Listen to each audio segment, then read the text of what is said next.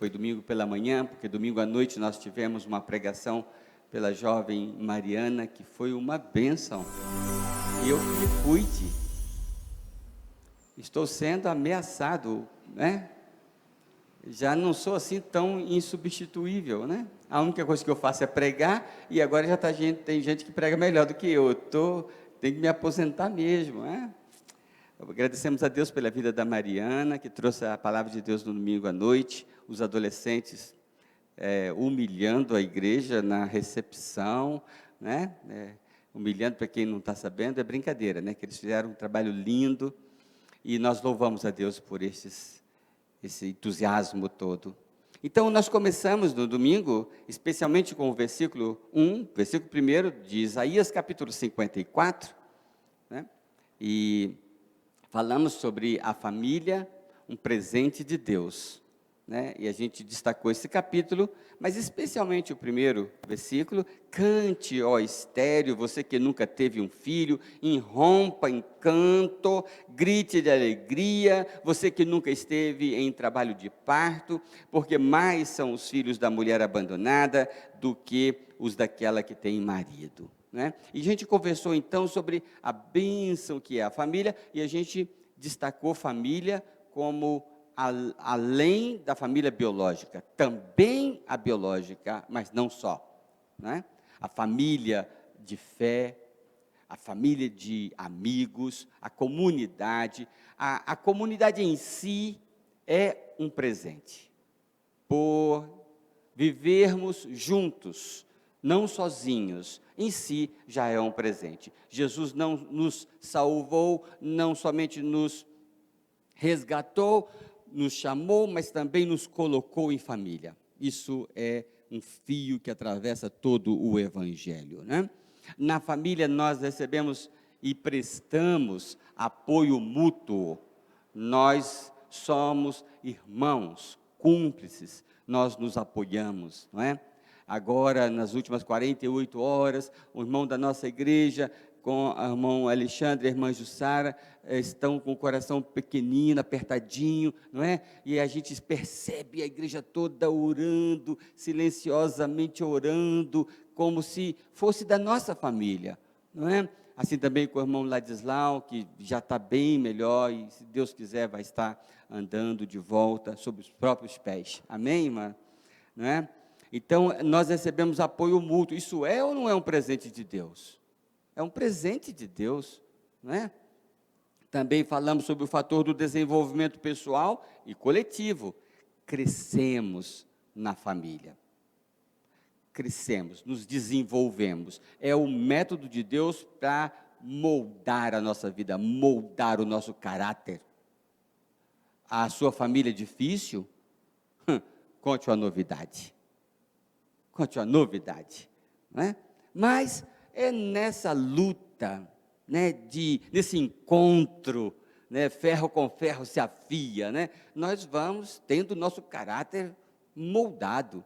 Então, é um presente de Deus. Não é um presente que a gente gosta, né, porque, às vezes, dá trabalho, mas é um presente necessário, não é? Uma pessoa crescendo, desenvolvendo sozinha, não é exatamente um ser humano. Ser humano é fruto de convívio.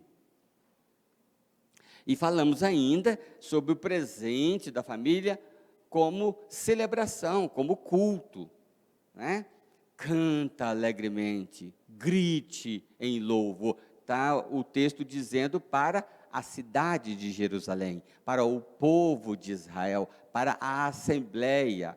Nada substitui. Hoje nós temos aqui um grupo tão bonito, embora ainda dentro do protocolo. Ainda estou vendo que tem um banco ali vazio, dá para você. Se você tivesse vindo, teria o seu cantinho ali sem problema. Mas na próxima quarta, faça um esforço para estar também conosco, vai caber você aqui. Aliás, eu quero abrir um parênteses para dizer que aqueles que já foram vacinados e desejam participar de 2 cultos, né, porque nós estamos seguindo o protocolo de cada membro da igreja a participar de um culto só, né, um dos 3 cultos. Mas se você está com vontade de participar de 2 cultos, você pode participar do culto que você escolheu e mais quarta-feira, tá bom? E mais quarta-feira, tá bom? Porque quarta-feira ainda tem um ou outro espaço para quem quiser participar de um segundo culto, tá bom? Muito bem, fechando parênteses e continuando. A família é um presente de Deus porque nela ou com ela nós celebramos, nós cultuamos. Eu disse que é muito bom ter aquele momento a sós com Deus lá no quarto, com a porta fechada, você sozinho ajoelhado ao lado da cama. É muito bom. Mas nada substitui o canto congregacional. Cantar com outros irmãos, sentir, né, a vibração do louvor. Isso é também presente de Deus, né? Ele nos colocou em família de fé para adoração, para cantar os louvores do Senhor, não é? Hoje eu quero andar um pouco com neste capítulo, e eu quero conversar hoje sobre o maior de todos os confortos, porque esse capítulo ele é impressionante no que diz respeito ao encorajamento que ele nos faz. Meus irmãos, que riqueza há neste capítulo. Leia-o outra vez, porque certamente você já leu esse capítulo 54 de Isaías, mas leia outra vez. Ele começa dizendo: cante, grite louvores, não é? Grite de alegria. Para quem que ele está falando isso? Para um povo sofrido, doído, isolado, sem esperança. Ele está dizendo: grite de alegria. Então veja que capítulo extraordinário. Veja se não é o maior de todos os confortos. Claro, o conforto que a palavra de Deus nos traz, mas de um modo tão especial neste capítulo 54 de Isaías. Primeiro, veja nos versículos 1 a 3, o primeiro eu já li, eu vou ler o 2 e o 3. Veja se não há aqui uma palavra de estímulo para que eu volte a sonhar. O texto está dizendo, está saltando das letras: sonhe, volte a sonhar, e sonhe grande.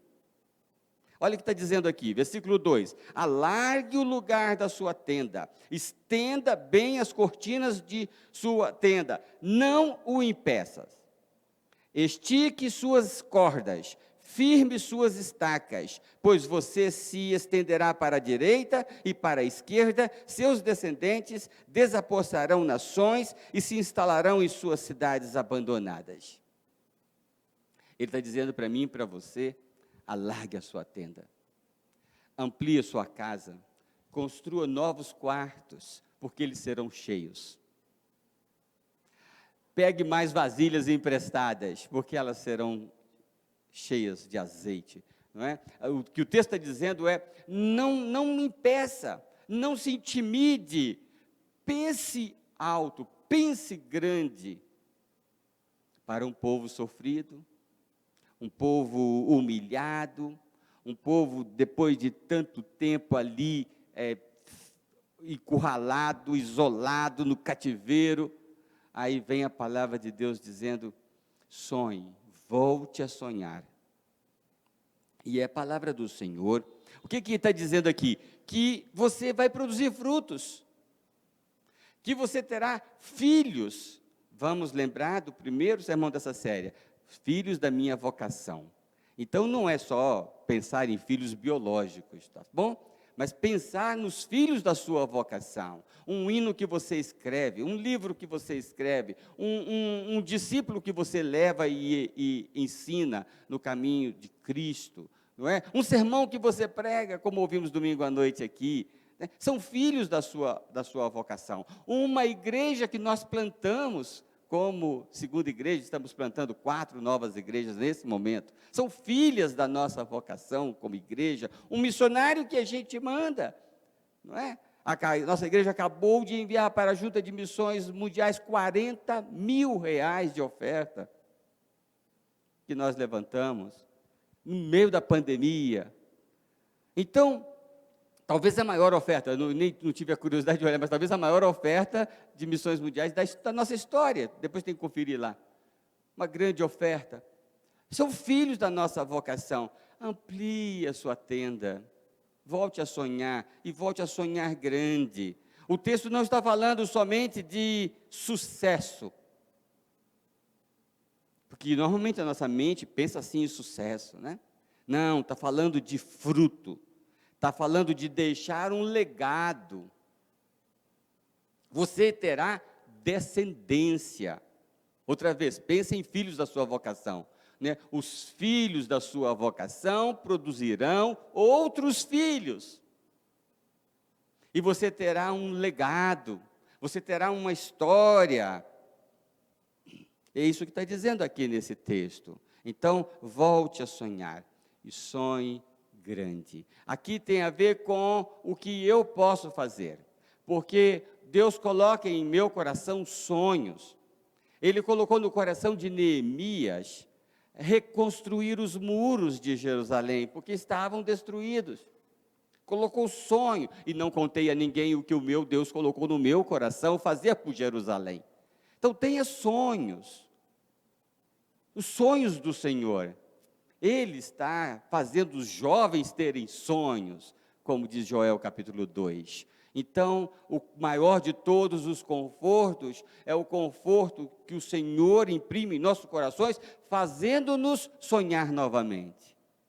Eu me lembro do pastor Lowell Bailey, já velhinho, bem idoso, mais de 50 anos de ministério, perguntaram para ele: pastor, qual o segredo de o senhor nessa idade toda estar assim tão cheio de ânimo e de vigor? E ele disse, citou lá vários motivos e enumerou entre eles o seguinte: eu acredito que um dos motivos, porque eu estou com esse ânimo todo, é que de tempos em tempos, Deus renova os meus desafios. Nós precisamos disto, de sentir que o nosso desafio é renovado, que a gente recebe como que uma nova missão, né? Um novo algo a fazer. Então pode se sentir confortado, porque o Senhor tem grandes sonhos para revelar ao seu coração, novas missões, novos desafios, não é? Você ainda vai gerar muitos filhos, que isso aconteça na minha vida. Não é porque eu estou com 61 anos que eu vou parar de gerar filhos, não biológicos, né? Deus que me livre, né? Mas muitos netos, muitos sermões, muitos livros, muitos discípulos, né? Muito trabalho com pastores, quero aprender coisas novas, né? Eu tenho muita coisa ainda para fazer, afinal, o melhor dia da minha vida ainda vai acontecer. Em segundo lugar, esse capítulo fala do maior de todos os confortos. Ele está dizendo, e isso sim é conforto: não tema o seu passado. Vamos lá no versículo 4 a 8. Não tenha medo. Você não sofrerá vergonha. Não tema o constrangimento. Você não será humilhada. Você esquecerá a vergonha de sua juventude e não se lembrará mais da humilhação da sua viuvez. Pois o seu Criador é o seu marido, o Senhor dos Exércitos é o seu nome, o Santo de Israel é o seu Redentor, ele é chamado o Deus de toda a terra. Versículo 6, o Senhor chamará você de volta como se você fosse uma mulher abandonada e aflita de espírito, uma mulher que se casou nova apenas para ser rejeitada, diz o seu Deus. Versículo 7, por um breve instante eu a abandonei, mas com profunda compaixão eu a trarei de volta. E versículo 8, num impulso de indignação escondi de você por um instante o meu rosto, mas com bondade eterna terei compaixão de você, diz o Senhor, o seu Redentor. Sabe o que eu leio aqui? Não tenha medo do seu passado. Ele não vai fazer terror mais na sua vida. Meus irmãos, talvez nada nos coloca para baixo mais do que os nossos erros do passado.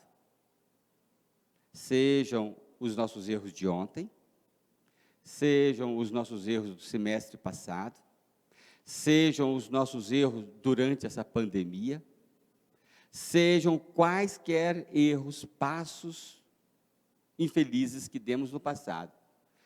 A Bíblia diz que o seu pecado te achará. O seu pecado corre atrás de você. Mas esse texto aqui está dizendo, não tema o seu passado, porque eu vou perdoar, porque eu perdoei, eu apaguei. Esse é o maior de todos os confortos, porque toda essa conversa de que vai dar tudo certo, mas que não trata, que não lembra, que não diz para a sua alma que o seu pecado foi perdoado, não é conforto, porque você sai da sessão do profissional e poucos minutos depois o seu passado continua te perturbando. Mas aqui está dizendo, ele não vai humilhar você. Você não vai ter mais vergonha. A vergonha de sua juventude, você não se lembrará mais dela, porque ele faz novas todas as coisas. Por isto, o conforto de Deus é o maior de todos os confortos, porque ele trata o seu passado, perdoando o seu passado, e diz que lança os nossos pecados nas profundezas dos mares, e eles não podem vir à tona para nos perdoar. Então você pode começar de novo.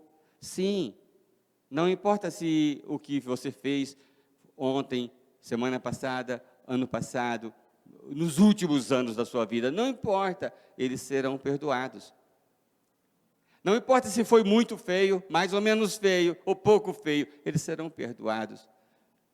O que o texto está dizendo é que a vergonha do seu passado não vai ser uma bola de ferro amarrada ao seu pé, porque ele quebra a corrente que trava você e que não me deixa seguir. Por isso, este é o maior de todos os confortos, porque ele me liberta, ele me solta, e me solta dos meus próprios pecados. Ele não só diz, sonhe grande, não te limite, mas ele diz também, vá embora, porque você está solto, você está livre do seu passado. E está dizendo também que ele mesmo, Deus, não terá vergonha de você. Não é um tremendo conforto ouvir isso, que o próprio Deus vai dizer, eu sou o seu marido. Ele não tem vergonha de apresentar a igreja como sua esposa, como sua noiva, ou alguém tem dúvida de que a igreja tem as suas feiuras.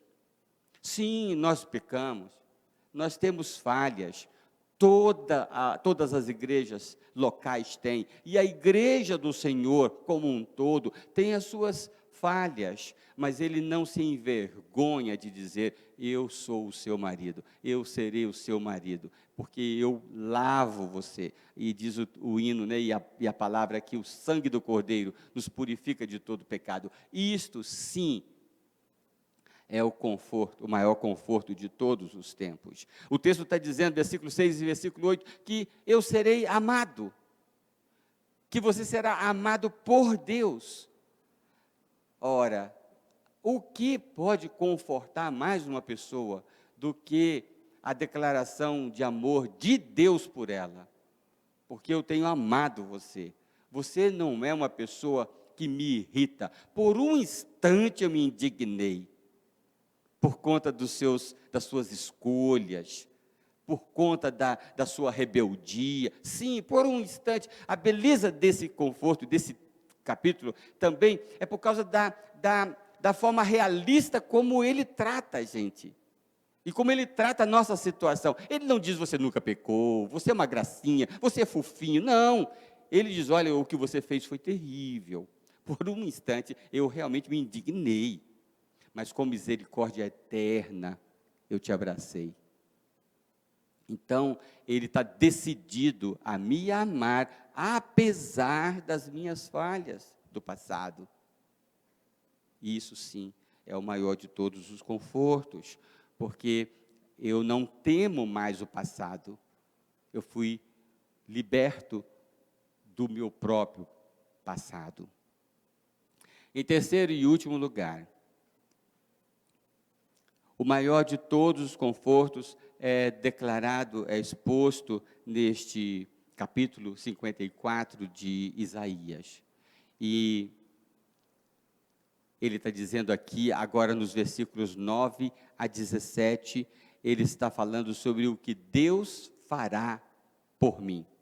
E o que Deus fará em mim. Observe, ele destacou a importância de eu fazer, de eu sonhar, de eu empreender, de eu ampliar os meus horizontes. Depois ele diz, agora temos que tratar o seu passado, porque ele é um impedimento. Agora ele está dizendo, olhe para frente e veja o que eu vou fazer na sua vida. Então eu leio para você a partir do versículo 9. Para mim isso é como os dias de Noé, quando jurei que as águas de Noé nunca mais tornariam a cobrir a terra. Ele passa a falar da ação dele por nós. De modo que agora jurei não ficar irado contra você, nem tornar a repreendê-la. Está falando da cidade, do povo. Embora os montes sejam sacudidos e as colinas sejam removidas, ainda assim a minha fidelidade para com você não será abalada. A minha fidelidade, a fidelidade de Deus para conosco. Fidelidade quer dizer constância. Ele não mudará o que tem prometido. Nem será removida a minha aliança de paz, diz o Senhor. Eu fiz uma promessa. Eu fiz uma promessa de abençoar você. Eu fiz uma aliança. E eu não vou desmanchar essa aliança. Eu não vou cancelar essa aliança. Lembra de Noé? Lembra do arco-íris? Eu prometi, eu não vou mais cancelar a aliança que eu fiz. Diz o Senhor, Senhor, agora veja que lá ele apresentou o Senhor de toda a terra, aqui ele apresenta o Senhor que tem compaixão de você.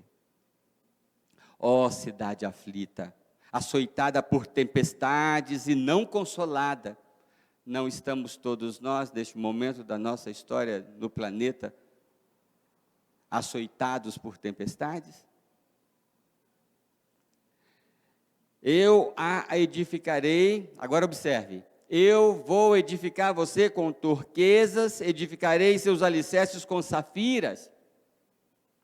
O que ele está dizendo aqui? Que ele vai investir pesado em mim. Ele não vai colocar alguns trocados. Ele vai investir pesado, muito, investimento grosso. Eu vou edificar você com turquesas, edificarei seus alicerces com safiras. Será se eu estou com essa bola toda, mereço isso tudo? Farei de rubis os seus escudos, de carbúnculos as suas portas e de pedras preciosas todos os seus muros. Ele não vai investir pouco em mim e em você. Todos os seus filhos serão ensinados pelo Senhor. Sabe o que é ensinar os filhos? Isso é mais do que investimento pesado. Isto é investimento a longo prazo. Quando você está pensando, por exemplo, no desenvolvimento de um país, isto é uma unanimidade. Todos dizem, temos que investir em educação se queremos ter futuro. E o texto está dizendo, eu vou ensinar seus filhos. Porque esse é um projeto de longo prazo. É algo para durar para sempre. Ele vai construir alicerces de safira e vai ensinar nossos filhos, porque ele não está pensando em alguma coisa imediata. Imediato foi a ira dele sobre nós, mas as misericórdias, os planos, as ações, os investimentos são pesados e de longo prazo.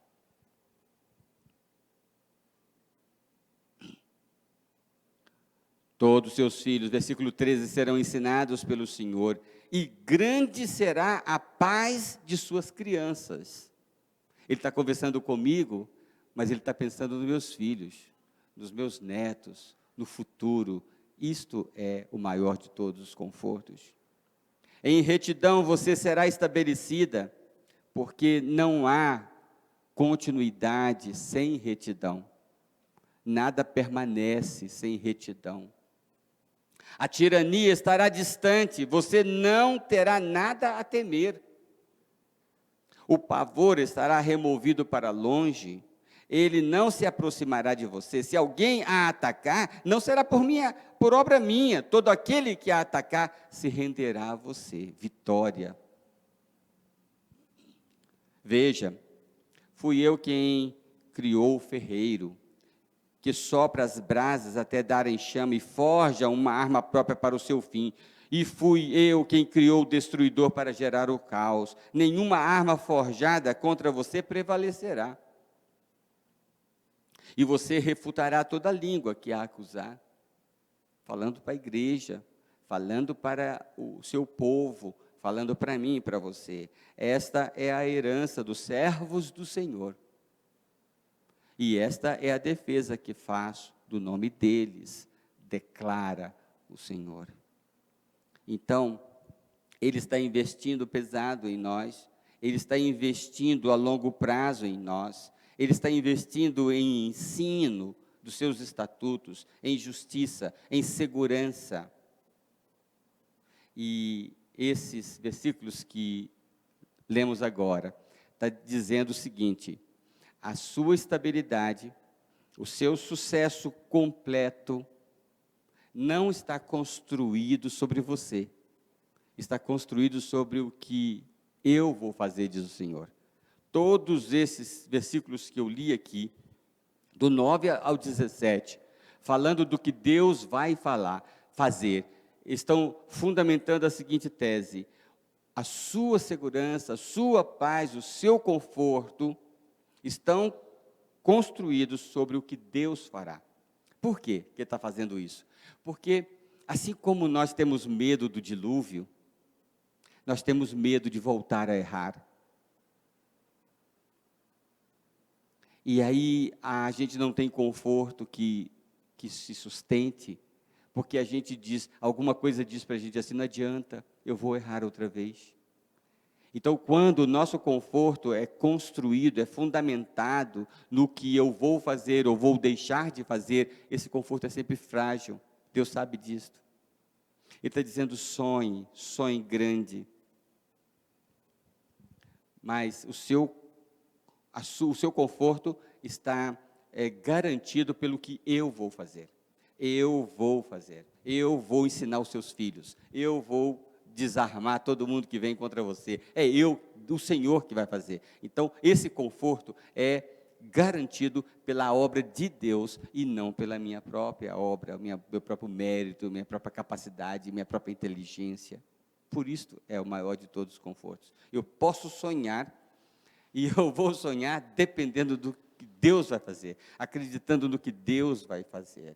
Esse é o verdadeiro conforto. Meus irmãos, é o que Deus faz que muda tudo na nossa vida, que nos dá segurança. Eu leio porque separei para ler um texto de Lucas. Observe como é que a coisa termina. Lucas 7,36 diz assim: convidado por um dos fariseus para jantar, Jesus foi à casa dele e reclinou-se à mesa.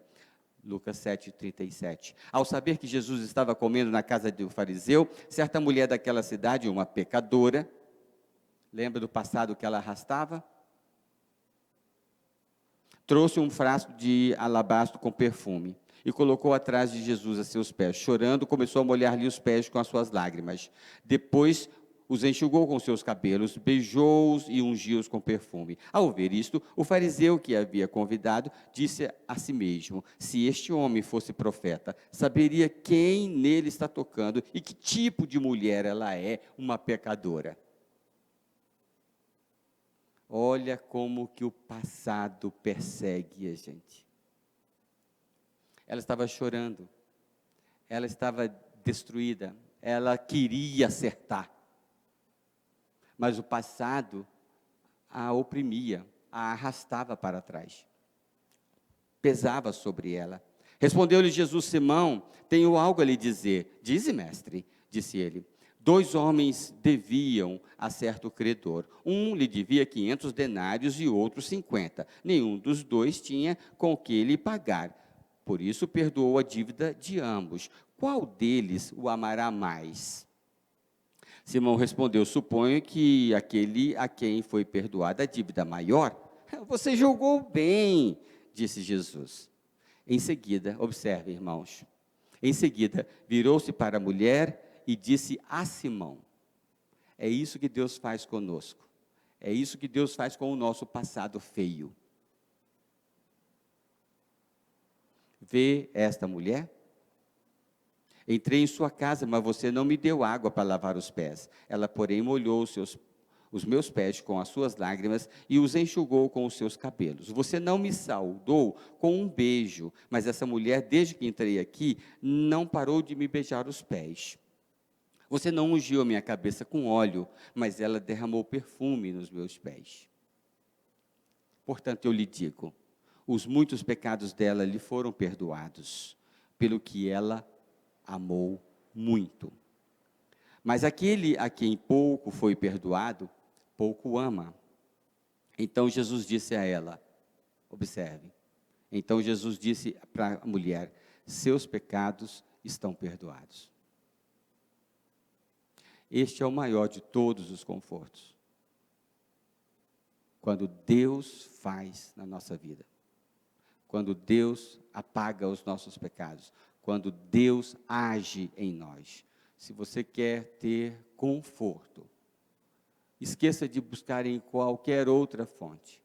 Enquanto Deus não tocar a gente, enquanto Deus não falar ao nosso coração, não experimentamos o verdadeiro conforto.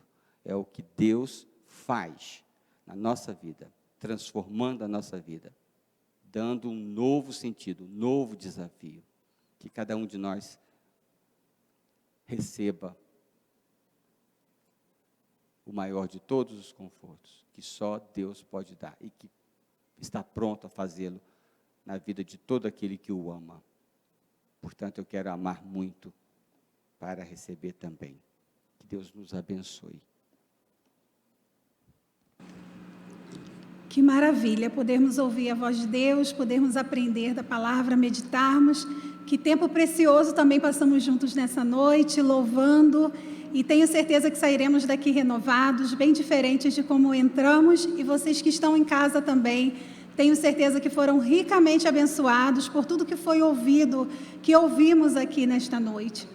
E lembrando, né, e já estamos chegando aqui ao término do nosso culto, que durante o pós-lúdio cantado, os irmãos podem entregar seus dízimos, suas ofertas, estejam à vontade para fazê-lo.